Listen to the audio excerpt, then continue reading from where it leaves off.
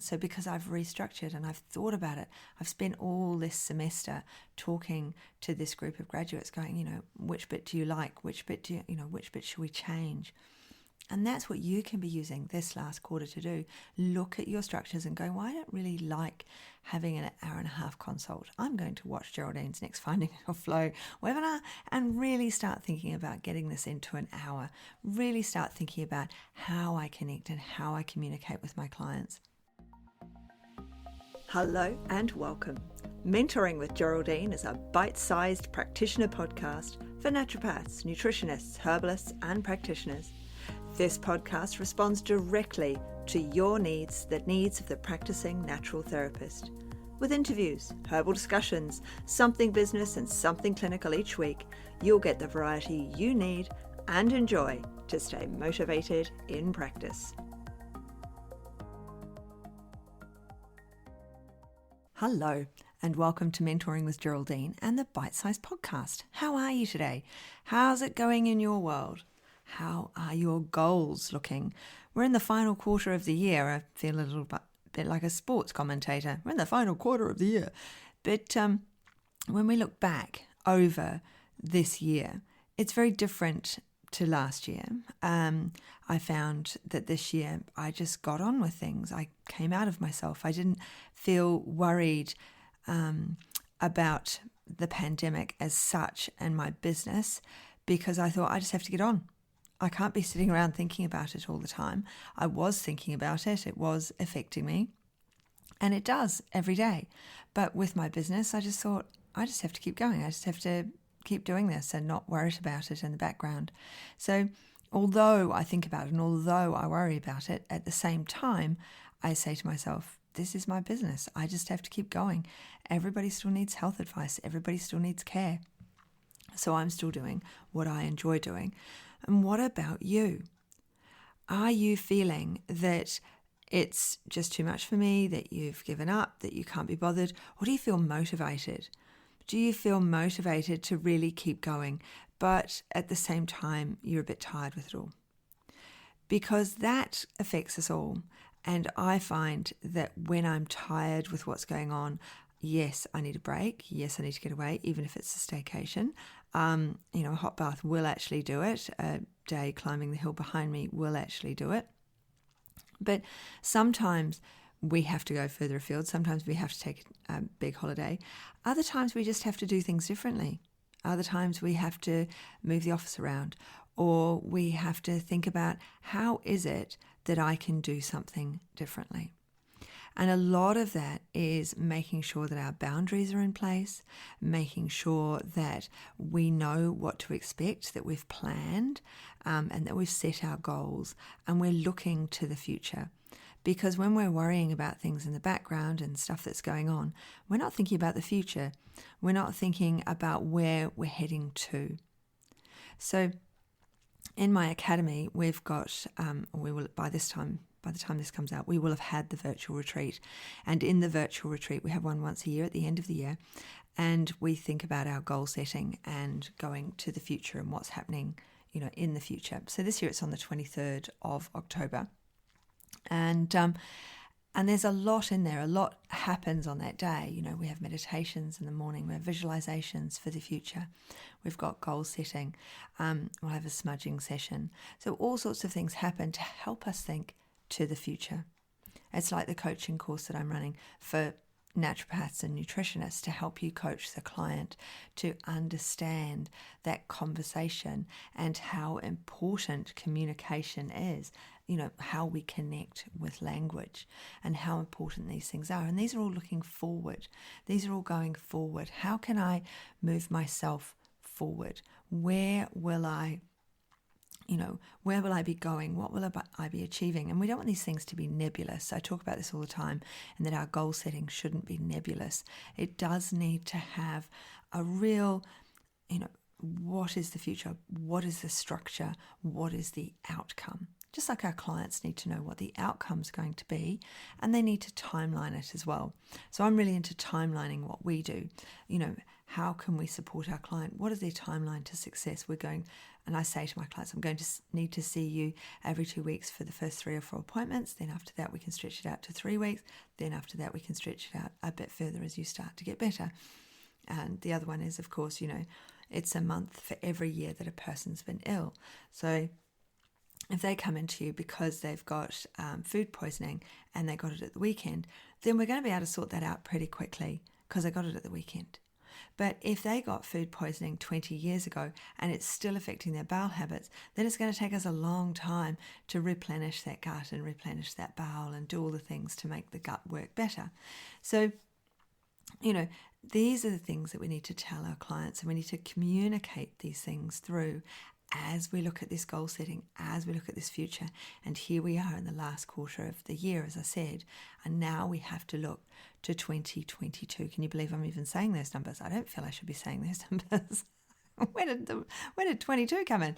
But anyway, so when we think of the future and when we think of next year, we have to think of our structures and our systems. Are things flowing for you? How can you project forward the positive things you need to put in place? The boundaries, the structures, the systems. How is it, the positive goal setting, the result at the end of this? Where is this? I have spreadsheets in the academy for my people in the academy, so that they can structure and work out where they're going. They can work out their ideal client. They can work out what they're doing next year. They've got, there's goal setting there. We've got loads of stuff happening in the academy so that we're really thinking to the future for ourselves and our business and our structure and our practice and the things that we're doing, And there's all the information in there, of course. You think, set up a Facebook group. It's in there. But that's not what I was talking about. What I'm talking about is goal setting for the future and really thinking about, here I am in the fourth quarter. Where do I want to be in the fourth quarter of next year? Where was I in the first quarter of this year? How have I changed over that year? Let's do some reflection. Let's really think back and go, what was I doing in the last quarter of last year? The last quarter of last year, I was totally planning for this year. I had taken the bull by the horns and I decided, yes, the graduate program is back again. We'd had a year off. I restructured it. It's again being restructured. It is restructured for next year. The group I've got now is a smaller group.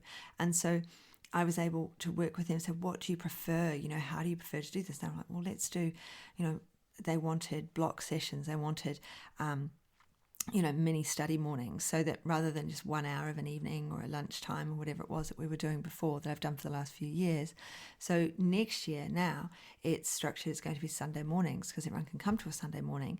And normally if they go to church, whatever, it's only one Sunday off a month. So it's not you can make that commitment. And you can get somebody else generally on a Sunday to look after your children. You can, create that space in that 2 hours. And because it's these mini trainings, there's a lot more time to ask those questions. We can go a lot more in depth in the mini trainings.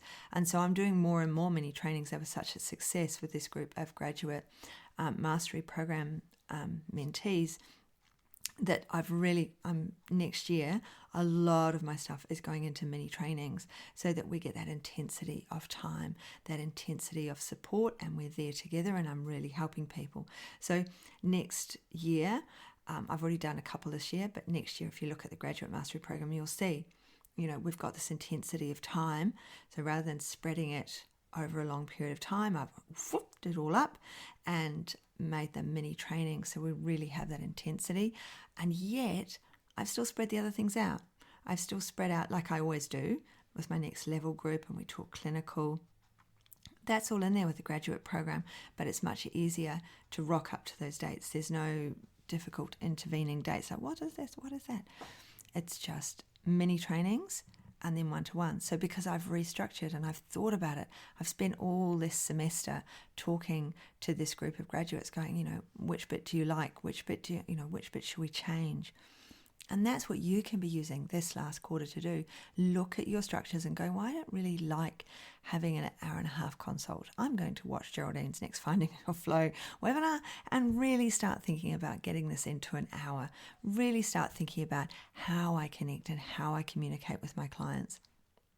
It might be that you spend hours on research. So it could be, right, I'm going to restructure how I do that. I need to talk to Geraldine. How are you doing things? And let's do this planning. But when we're planning, I mean, like we can goal set and all the rest of it. I'm going to make $1 million in 2022. No, I'm probably not. No, I'm definitely not. 100% I'm not. You might. Go you. But that's not the planning I'm talking about. The planning I am talking about is real nuts and bolts planning. It's getting back to base level, and that, you really do only do laundry, say, on a Monday. You're working at home, so you have a tendency to do it any old day of the week. But bringing those boundaries back and going, I'm going to do these things for myself so that I'm able to spend the time structurally doing what I need to do when it needs to be done, so that I feel that I have my systems in place. I have a tidy desk. I have an organized office.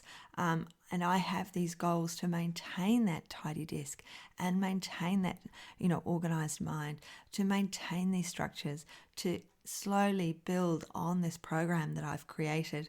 You might have a program for clients. I talk about those all the time in the academy. And, if you've got that program that you're developing, it might be, okay, I'm going to spend time on that program. I'm going to work more to create more for that. So this is what I'm talking about for this last quarter. What are we doing for next year? How are we opening ourselves up to create the bigger business, the better business, the business that supports us? How are we looking at our diaries and saying, what is it that I need to do within my diary? How can I restructure that to support myself? Okay, so I think I might make a little bit of a worksheet for this one, and you will find it.